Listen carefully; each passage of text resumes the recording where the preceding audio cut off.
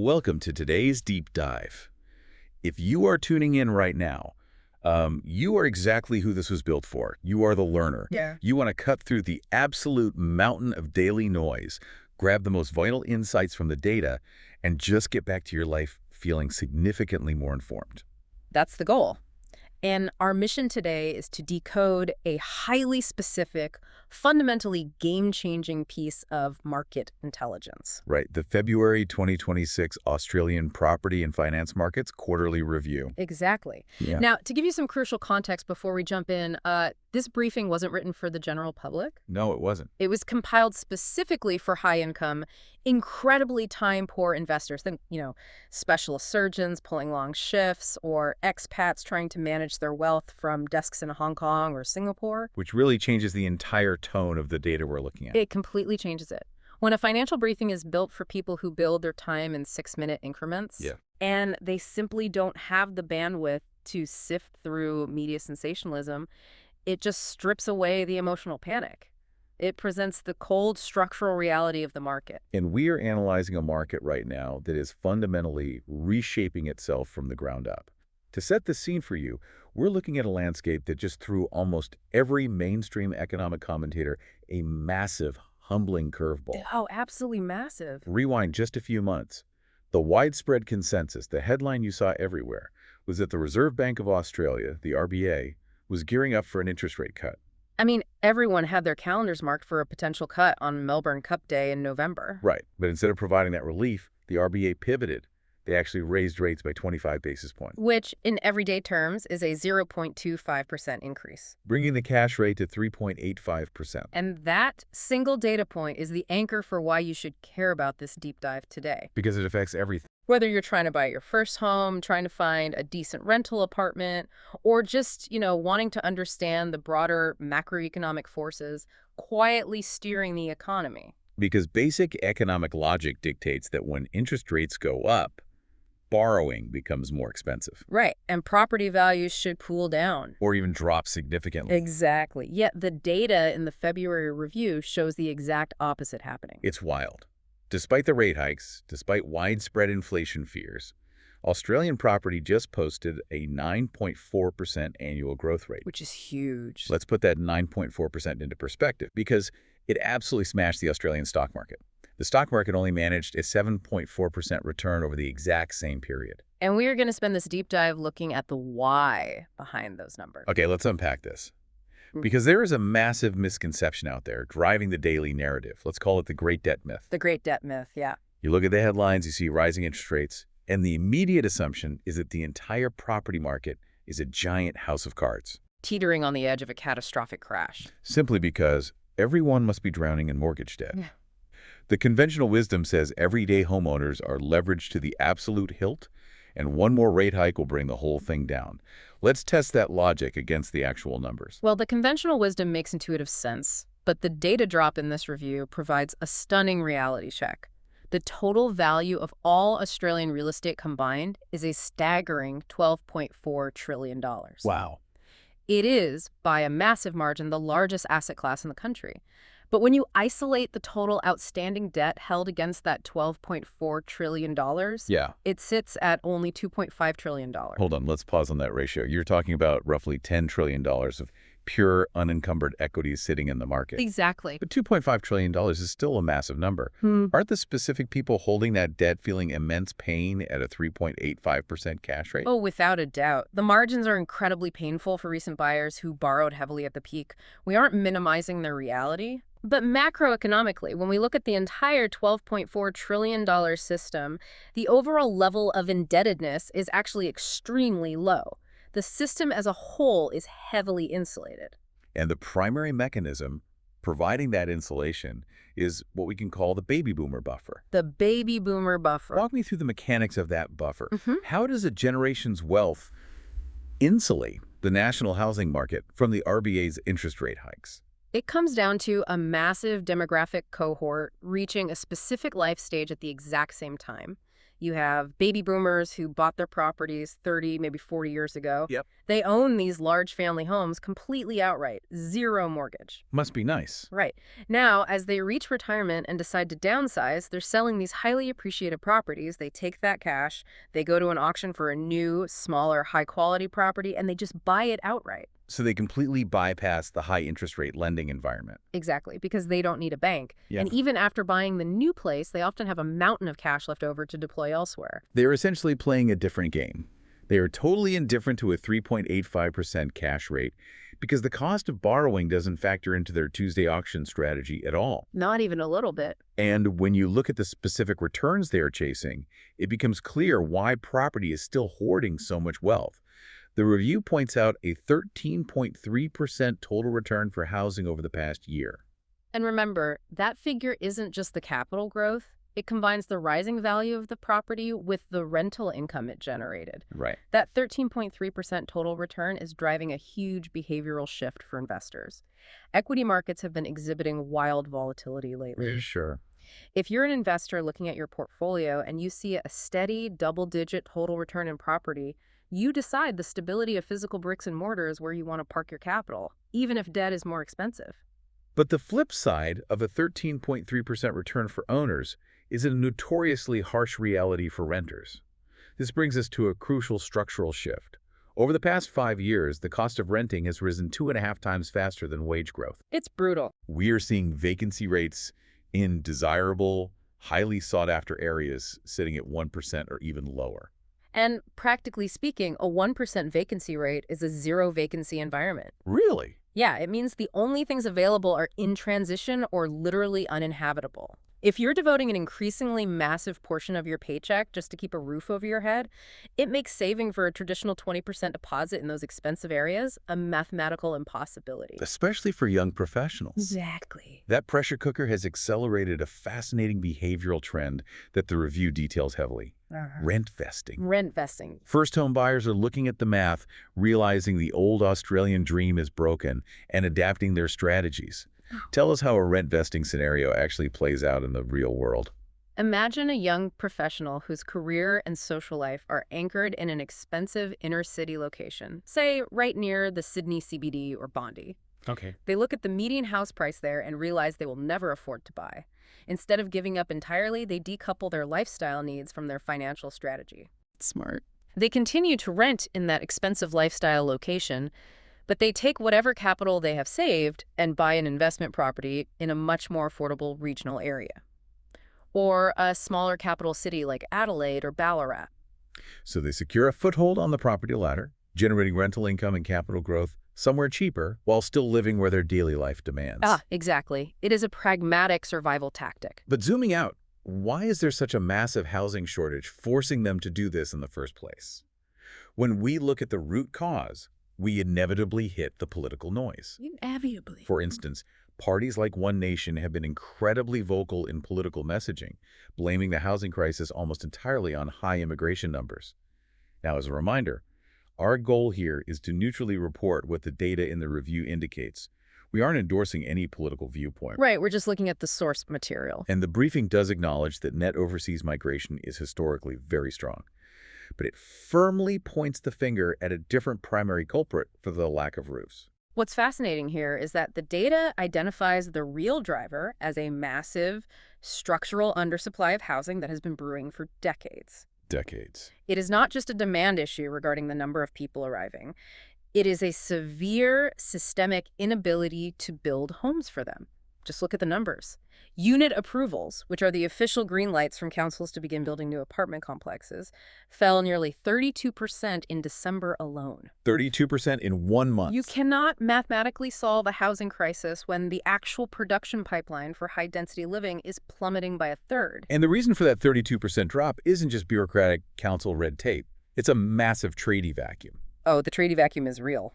Trying to find an available plumber or electrician right now is harder than finding a cheap flat white in Sydney. The skilled tradespeople required to build residential homes are simply gone. Gone. Where do they go?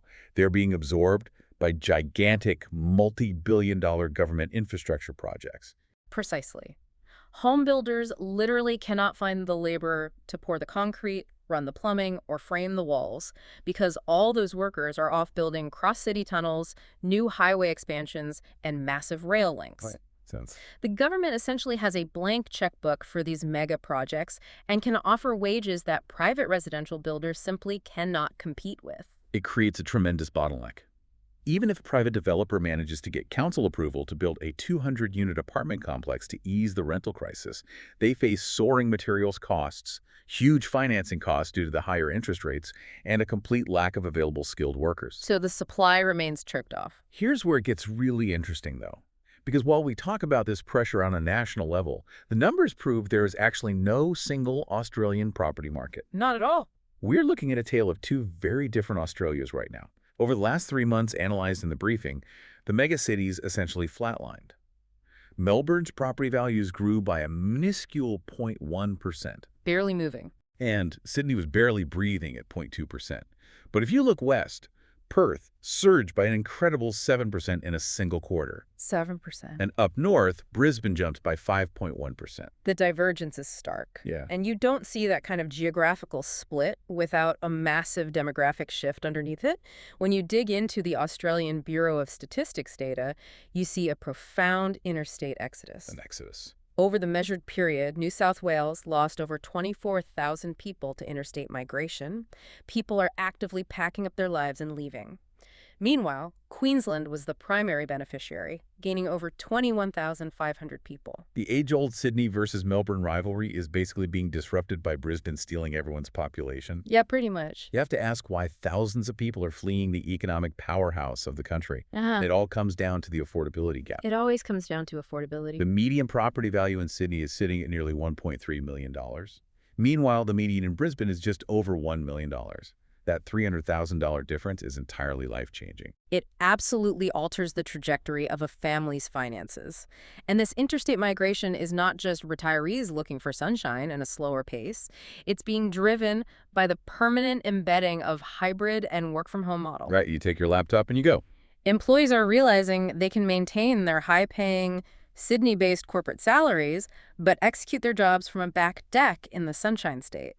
They sell their constrained $1 million Sydney duplex, buy a much larger, nicer freestanding property in Brisbane for less money, and use the difference to fund a better lifestyle. Buy a boat or afford cheaper private school fees for their kids. It is geographic arbitrage playing out in real time. But Queensland isn't just sitting back relying on remote workers to boost its economy. We have to talk about the 800-pound gorilla in the room. The 2032 Brisbane Olympics. The Olympics are huge. The review details how this isn't just going to be a 3-week sporting event and a fireworks show. It is a generation-defining economic tailwind for the entire region. If we connect this to the bigger picture, the Olympics are acting as a forced catalyst for an unprecedented infrastructure boom. Governments have hard deadlines, so the money must be spent. We are talking about the Cross River Rail fundamentally changing how the entire city commutes. Yeah. The complete transformation of the Gabba and Victoria Park into world-class sports and entertainment precincts. A new direct rail line linking the Brisbane CBD all the way up to the Sunshine Coast.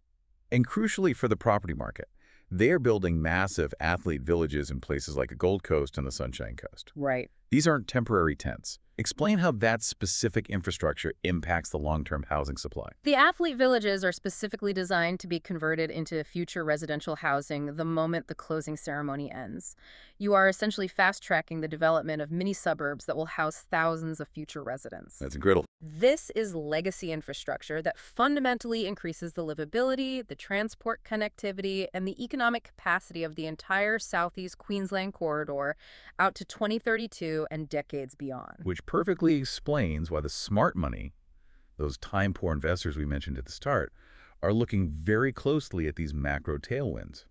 They aren't trying to guess what a specific trendy suburb in Sydney will do next month. No, they are following the billions of dollars of committed government infrastructure spending and the thousands of migrating citizens. Let's pivot to the actual strategies these investors use, because a question that always comes up for you, the listener, if you're looking to deploy capital. Should you buy a shiny new build, or should you hunt down a character-filled fixer-upper? It's the classic dinner party debate. But for the demographic highlighted in this briefing, high-income earners with zero spare time, the preference leans incredibly heavily toward new builds. Makes sense. And the reasoning is entirely rooted in aggressive tax advantages. In Australia, there are specific, highly lucrative tax deductions known as Division 40, which covers fixtures and fittings like carpets and ovens, and Division 43, which covers the capital works, the actual physical structure of the building. Let's pause and translate Division 43, because that deduction is massive. How does it actually work in practice for an investor? Think of it like buying a brand new car. The second you drive it off the lot, it starts losing value due to wear and tear. Right. The tax office acknowledges that a brand new building also undergoes wear and tear. Under Division 43, you can deduct 2.5% of the total construction cost of a new property every single year for 40 years. You deduct that non-cash expense directly against your personal taxable income. So if you are a specialist surgeon or a banking executive paying the absolute top marginal tax rate, this paper deduction effectively shields a significant portion of your real-world income from the taxman. Exactly. You aren't actually spending that money out of pocket each year, but the government lowers your tax bill, as if you did. It is a guaranteed financial benefit. Compare that to the alternative. Buying an old property to renovate. We just discussed the tradie shortage. If massive commercial developers can't find labor because of government tunnel projects, imagine the absolute nightmare a private individual faces trying to hire a reliable builder for a weekend kitchen extension. Forget about it. A new build provides a light touch investment. You get the keys, you maximize your tax depreciation, and you place a tenant without spending your weekends managing contractors who don't show up. Speaking of things you shouldn't spend your time managing, let's talk about the pre-budget panic. The pre-budget panic. The review specifically calls out this seasonal media frenzy. Every year, right before the May federal budget is announced, the headlines go wild. Speculation runs rampant that the government is going to slash negative gearing or they're going to scrap capital gains tax discounts. It happens every single year. Before we get into the panic, for anyone who hasn't stared at a tax return lately, give us the 10-second breakdown of what those two things actually are. Very simply, negative gearing is a tax strategy where the ongoing costs of owning your investment property, like the interest on the mortgage and maintenance, exceed the rental income it generates. The property operates at a loss, but the government allows you to deduct that loss against your normal salary, reducing the tax you pay. Got it. And the CGT discount. The capital gains tax discount means if you hold an asset for more than 12 months, you only pay tax on 50% of the profit when you eventually sell it. So these are two foundational pillars of Australian property investment. When the media starts shouting that these pillars might be knocked down in the May budget, investors naturally freak out. How does the briefing advise these high net worth individuals to handle that stress? The advice is incredibly clear. Tune out the noise entirely. Historical data proves that having a knee-jerk reaction to speculative tax changes almost always destroys wealth. Over several decades, major structural changes to property tax laws have only happened a tiny handful of times. And importantly, even when they do happen, they are rarely retrospective. Meaning, if you already own the property, the old rules usually still apply to you. Waiting for the actual finalized budget to be released before making massive decisions about a multi-million-dollar portfolio is the only logical move. But I guess that gold rush mentality can take over. When the average person sees property prices jumping 7% in a single quarter in places like Perth. This raises an important question. How do we separate real strategic investing from mere speculation? Because the line seems to get very blurry. It's extremely blurry. It's a vital distinction to make.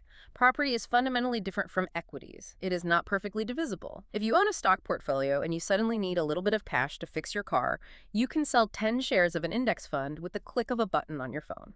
You cannot sell one bedroom of your investment property to raise funds. It is a highly illiquid, high-value asset, almost always acquired with heavy leverage from a bank. Therefore, it mathematically must be viewed as a long-term compounder of wealth, not a day trade. The briefing makes a really compelling, almost psychological point about the danger of the quick flip. They note that people who buy a property and then sell it between years 2 and 8, usually because they saw a quick spike in local values and got greedy wanting to cash out, almost universally deeply regret that decision 5 years later. Almost always. They look back and realize that by taking a quick, superficial profit, they missed out on the massive compounding exponential growth that occurred over the subsequent decade. They tried to trade a 30-year illiquid asset like a short-term tech stock, and it cost them dearly in the long run. It's a classic mistake. So what does this all mean? If we pull all these disparate threads together for you, the key takeaways from the February review are incredibly clear. Very clear. First, the Australian property market is not a fragile, debt-fueled house of cards ready to collapse. It's heavily insulated by baby boomers, holding massive amounts of low-debt, unencumbered equity. Second, we are facing a severe structural undersupply of housing that isn't going away, largely because the labor and materials needed to build homes are being sucked up by massive government infrastructure projects. And finally, if you are looking for growth, you have to look beyond the flatline megacities of Sydney and Melbourne and follow the interstate migration and the Olympic billions flowing directly into Queensland. It's a market narrative driven by profound demographic shifts, massive legacy infrastructure, and structural labor shortages, rather than just the daily anxiety-inducing fluctuations of the RBA's cash rate. Exactly. Which brings us to a final lingering thought for you to ponder on your own after we wrap up. We've seen today that the massive transfer of baby boomer wealth is largely untethered from whatever the Reserve Bank does with interest rates. We also know the next generation is increasingly comfortable with rent vesting, adapting to smaller footprints, and taking their corporate jobs fully remote to regional areas. So if those trends continue to accelerate over the next decade, will the traditional concept of the blue-chip inner-city family home, which has been the absolute holy grail of Australian real estate for the last 50 years, eventually become obsolete? It is a profound, paradigm-shifting question. Will that dream be replaced entirely by decentralized, lifestyle-driven regional megacenters where the jobs, the high-speed infrastructure, and the actual affordability all finally align? And the interstate migration data we looked at today suggests that shift may already be well underway. Definitely something to keep in mind the next time you find yourself doom scrolling through real estate listings on a Saturday morning. Thank you for joining us on this deep dive into the numbers. Keep questioning the headlines, keep looking at the underlying data, and we'll catch you on the next one.